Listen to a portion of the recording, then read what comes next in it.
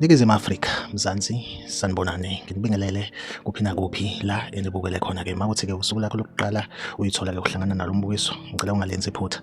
Kusekhaya la, subscribe kwi-channel, like ivideo, ebese-ke uciphiza i-notification bell. Wenzelani? Wenzela ukuthi-ke mangifaka ivideo, wena-ke bese-ke uthola i-notification, then ngokushesha bese uyangena kwivideo uyayibuka. SikuTrend TV siyaqinisekisa-ke ukuthi-ke sikulethela-ke lolo daba olusuke lusematheni ngalolo suku. Ingane kwethu sikubhekela-ke nje kuy'gameko ezenzeka mihla namalanga la eMzansi. Lo sisi esimbona-ke esithombeni, ngiyazi ukuthi abanye beni bazoyibuza ukuthi lo muntu ngoba ubonakala ebheke ko-90 years indaba ngimbize ngosisi. Cha, ingane kwethu ngokweminyaka yakhe uyakudeserva ukuthi ngimbize ngosisi. Usisi lo uneminyaka ewu-31 kuphela. Igama lakhe njengamanje-ke lisagodliwe kodwa wase eMtuba ngokwendawo. eMtuba-ke kuKwaZulu Natal.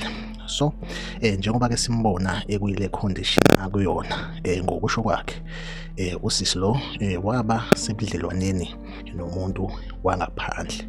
So balala-ke njengabantu abathandanayo, then lo wangaphandle wase eyanyamalala empilweni yakhe fast, wasuka nje kuyena. Then emva kokusuka kwakhe usisi-ke lo sibe sesishintsha isimo somzimba wakhe, wawumuntu obukeka engathi umuntu obheke empeshenini.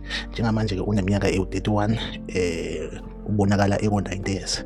So ukukha nje phezulu usisi walala nomuntu wangaphandle. Lo muntu wangaphandle shuthi-ke wase emshiya nalesi sifo lesi akusona njengamanje. Okunye-ke ingane zakwethu uzokuchaza yena kwi-channel engaphansi kwethuleleni TV. Ngicabanga ukuthi-ke igama layo libizwa ngokuthi abantu bayakula. Leyo episode izophuma nje namhlanje, sokhona ukuthi siyibonele noma siyizwele ukuthi isitori sikasisi sihamba kanjani kahle kahle, kwenzakalani. Ngane zakwethu awucommente kwi-comment section ungitshela ukuthi kuthini ukuphawula kwakho ngalolu daba.